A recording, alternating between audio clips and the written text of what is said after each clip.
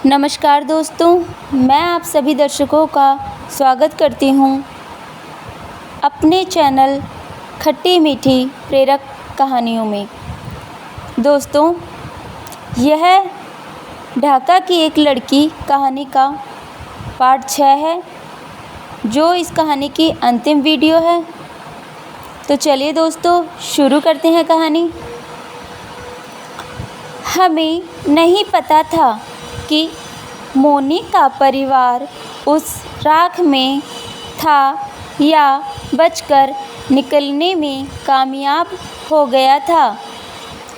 मुझे आज भी नहीं पता कि मोनी के किसी कोने में जीवित है या नहीं।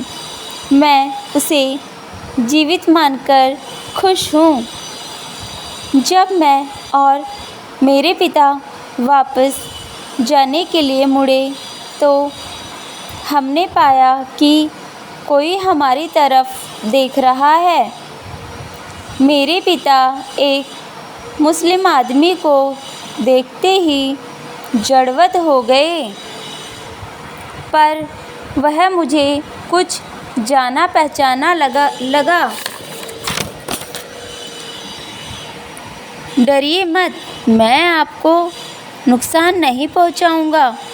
मैं जानवर नहीं हूं। उस आदमी ने नम्रतापूर्वक मेरे पिताजी से कहा। फिर उसने मुझे देखा और तुम्हारे मुझ पर बहुत उपकार हैं माँ, मैं उन्हें चुकता कैसे नहीं करूँगा। मेरे पिता ने आश्चर्य से मेरी ओर देखा। मैंने हामी भरी। मैं पश्चिम बंगाल पहुंचने में आपकी मदद करूंगा।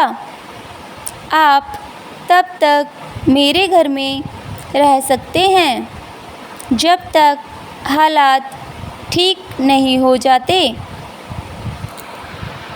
उस आदमी ने कहा। मेरे पिता को उस पर विश्वास नहीं हो रहा था। मेरा विश्वास कीजिए, उस आदमी ने अपना भरोसा करने की याचना की। मैंने विश्वास भरी निगाहों से अपने पिता की ओर देखा। उन्होंने मेरा हाथ और कसकर पकड़ा तथा अश्रुपूर्ण नेत्रों से उसकी तरफ देखकर हामी भर दी। अपने पूरे परिवार को इकट्ठा साथ लेकर हम सलीम चाचा के घर चले गए। यह उनका नाम था। वहाँ मैं सकीना से मिली। वह मुझसे छोटी थी और बहुत ही खूबसूरत थी।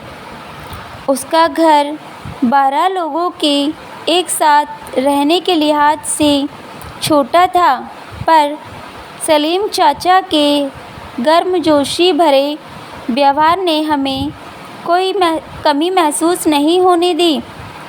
उस रात मैंने यह जाना कि दुनिया में केवल 2 तरह के लोग होते हैं, मानवीय और अमानवीय।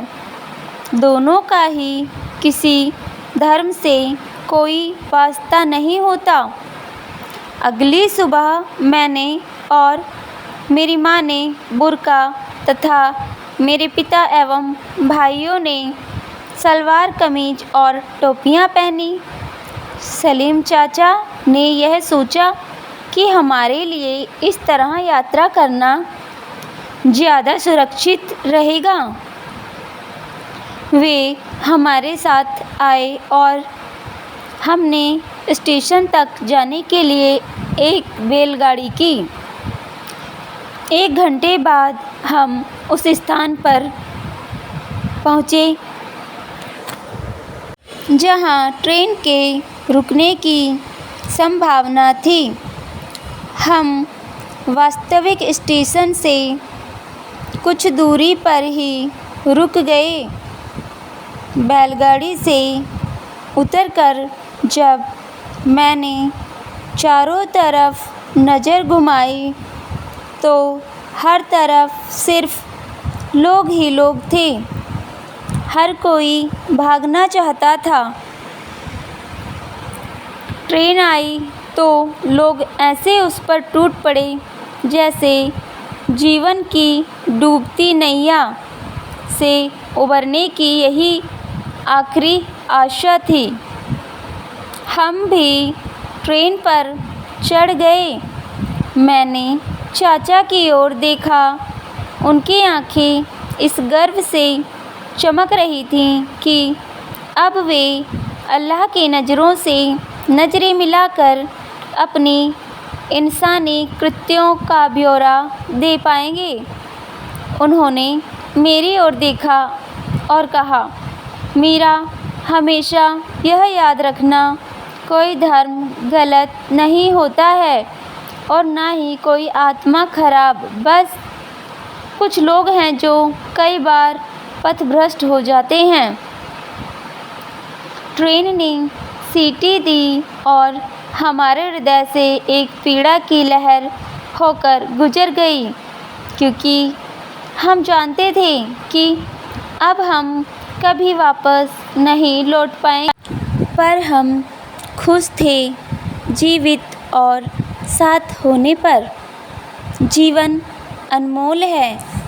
संघर्षमय होने पर भी सन 1947 के उन दिनों ने मुझे जीवन की उन अच्छाइयों से रूबरू कराया जो इसके सबसे अंधकारमय दौर में भी जीवित रहती थी।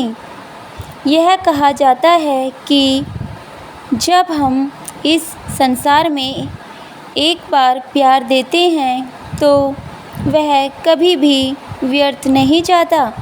यह प्यार हमेशा ही लौटकर आपके पास आता है। उस वक्त जब आपको इसकी सबसे ज़्यादा ज़रूरत होती है, उस रूप में जिसका कि आप अंदाज़ा भी नहीं लगा सकते। उसके बाद क्या हुआ? मैंने अपनी दादी से पूछा। जब उन्होंने बोलना बंद कर दिया, उसके बाद जीवन की शुरुआत हुई।